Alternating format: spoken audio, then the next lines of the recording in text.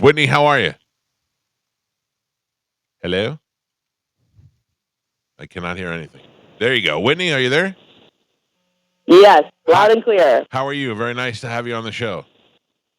Thanks for having me. How are you? I have so many things to talk to you about. Can't. I owe you a long time apology.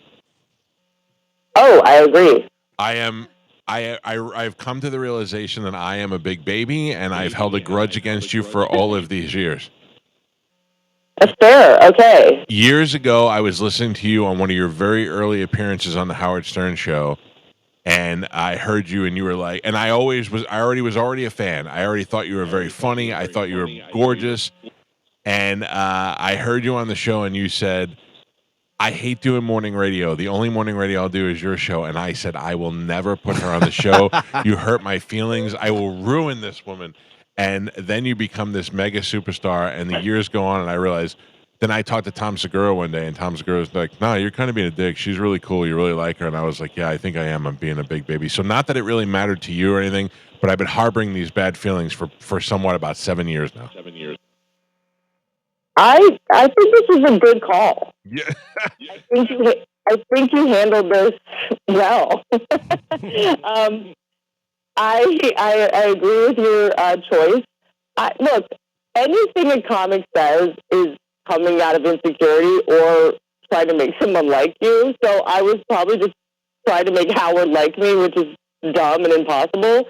And I think that I have in my head as a comic, especially because we look at night and then you have to get up 3 hours later to do morning radio, and I never feel like I'm funny. So it's more like I never feel like I'm funny and I feel insecure. But also at the time, I don't remember when that was exactly, but like when I was doing like morning radio in the beginning, you were going to like Bucky and the Worm in the morning and like and they like I remember going in one time and they were eating maggots. Like when it was like Fear Factor in the morning. It was like it was, and then it was like, here's 3 porn stars. Your favorite one, punch them in the face. I'm like, like it was a different time. It was a different like culture. And I was just like, and I would do stand up or do shows, like 2 shows until 2 in the morning, and then you have to leave the hotel at like 5 a.m. So I should have gone. I'm poor and tired. No, listen to me. As the time goes on, I realize that you are not only were you right. Morning radio is terrible. I mean, there are obviously a few exceptions left in this country. We are hopefully one of them. But you're right. I realize you're going in there with Winky and the Bean or whatever they're called, and people are eating bugs and doing stupid stuff. I'm like, no wonder why they don't want to do this stuff. And this gives us the black eye. And then also, it's like, here's the thing. Legitimately, you guys, I don't know your show that well now. Obviously, I'm like, they're legitimately funny. And you go in and you're walking into all these inside jokes. You're like, tell Terry that she's barren. And you're like, what? Yeah. Okay. The girl was always like the butt of the joke, and then you had to participate and be like, we're about to prank call her husband and show her, show the surveillance photos of her cheating, and you're like, can I leave, please? You're 100% right, and I'm glad we've squashed this beef that you didn't even know we had. Okay, good, and I'm sorry for that I did that to you. I call Ralphie May the day you said, like, I was hurt. Like, I felt like you were specifically talking to me, and I don't even think I was doing mornings at the time. And I call Ralphie May at the time, and I go, man, you know who made me mad? And he goes, who? I go, Whitney Cummings. You know what she said this morning? I told him, he goes, man, I'm surprised you even know who Whitney Cummings is. Only because you had just started out. I think the time you were on was like the hottest, funniest chick. Oh, that was truly 20 years ago. Yeah. And I've been harboring this for all of these years. What a baby. Yeah. Do you ever do it with, like, what's another example of a resentment you've had? Like, I get mad a lot. We won't put Sebastian Maniscalco on the show either, as funny as popular as he is, because he used to come on the show when he couldn't sell out Side Splitters, and all of a sudden now he's like, Mom, I'm too cool to go on that show now. He's one of those guys. I don't think it's too cool. No, I get it. I wouldn't go on this stupid show either if I was Sebastian Maniscalco. I'm surprised we got you on the show today. I get it. The part that bothers me is that I understand that you're right. You're right. Oh, okay. Yeah. Okay. Yeah. I mean, Should we talk about something else, or Yes. do we do this most of the time? I'm no. Fine with it. I'm just. We definitely can move past this. And let me tell you, one of your biggest. Also, hey, what's that? well, sorry.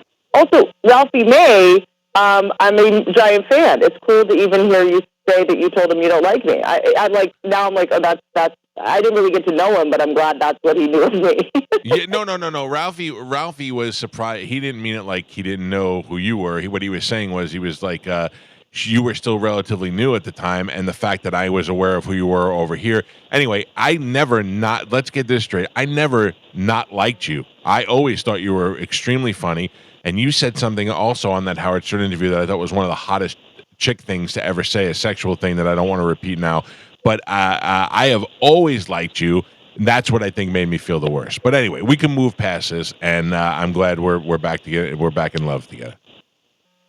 I appreciate that. I've said way stupider things. I mean, back then, that's kind of all I did. So yeah. I apologize to everyone. No need to apologize. I apologize. Anyway, the Big Baby Tour, which is very appropriate, is coming here Saturday, February 22nd. This area always loves you. You always do good here.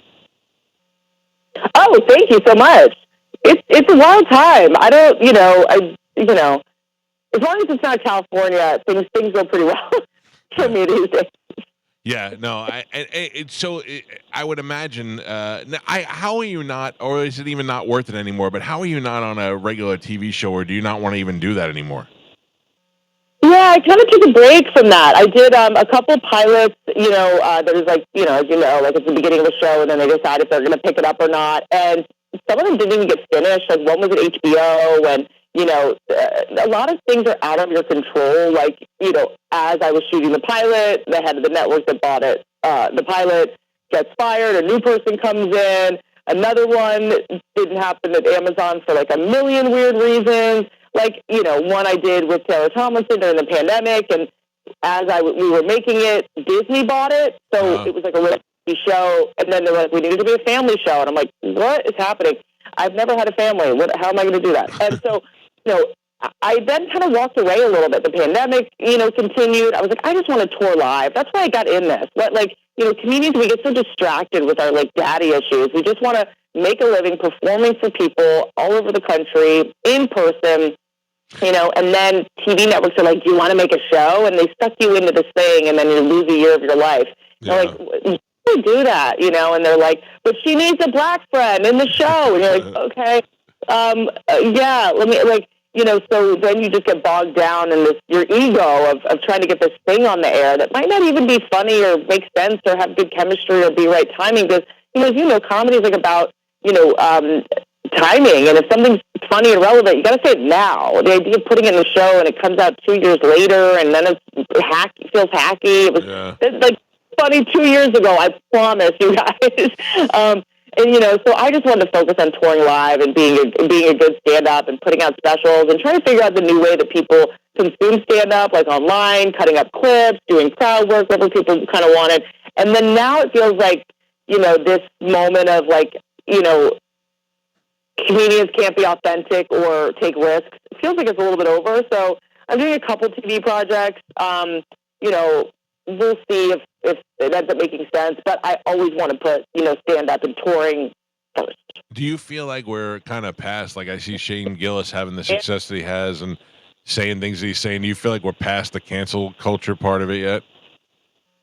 I think that the dorks will always be the dorks, and the cool kids will always be the cool kids. Yeah. It's like there's always going to be dorks. There's always been dorks. Like I'm sure there were a bunch of dorks in the '70s saying Richard Pryor shouldn't say that. He was talking about violence with his wife. I think on stage. It's like I've always been dorks. We just they have microphones now, and I think it's a matter of how much. I think cancel culture.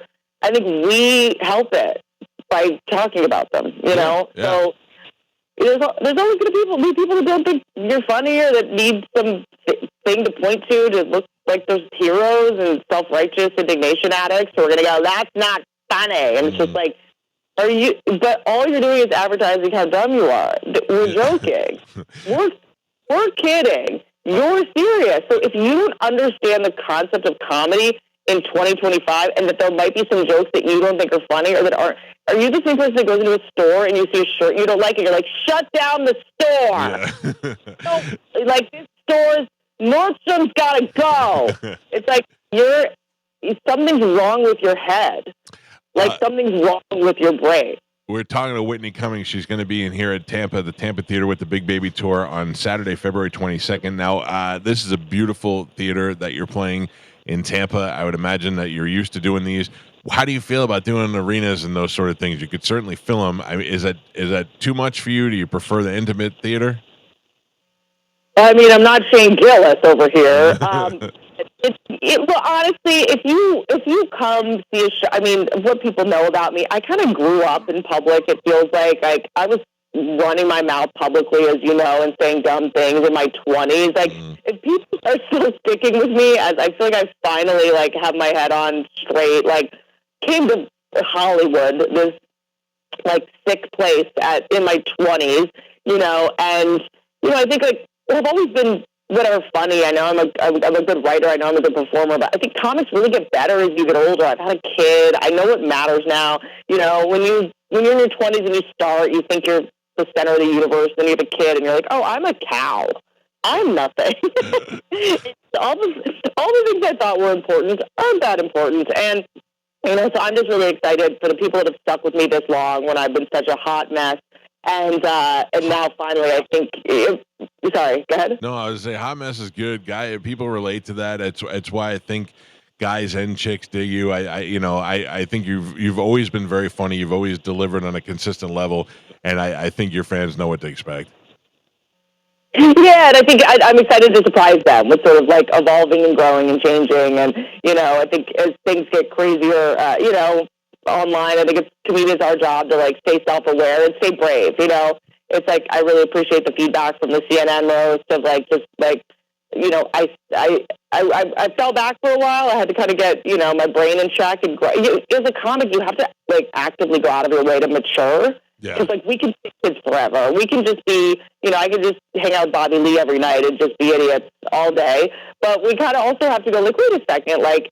The fans are maturing. Like, everyone else is becoming an adult. I think we all have to figure out a way to stop making fart jokes at some point. Yeah. And unfortunately, like, the media is so ridiculous that people are looking to comedians now as, like, a voice of reason and sanity. So we had to get sane. I'm like, wait, you guys look at us for sanity? But we're all insane. Yeah. Oh, the more I get to know all of you, the more I really realize how deep-rooted your problems are. I'm like, we got to get sane fast. I appreciate you accepting my apology, and I'm glad that we connected. And the Big Baby Tour is coming to Tampa Theater on February 22nd. Tickets are available at tampatheater.org, and hopefully we get to see you next time you're in town. I appreciate you giving me the benefit of the doubt, and I appreciate you calling me out because that was a bratty thing to say. It's all right. I'm a big baby, too, so we're all in good shape. Thank you, Pumpkin. We all. Have a good day. There you go. Oh, that connection was terrible. Yeah. I mean, she was great, and I felt like I should just shut up and let her talk because every time I tried to talk with her, we talked over each other, but she was great.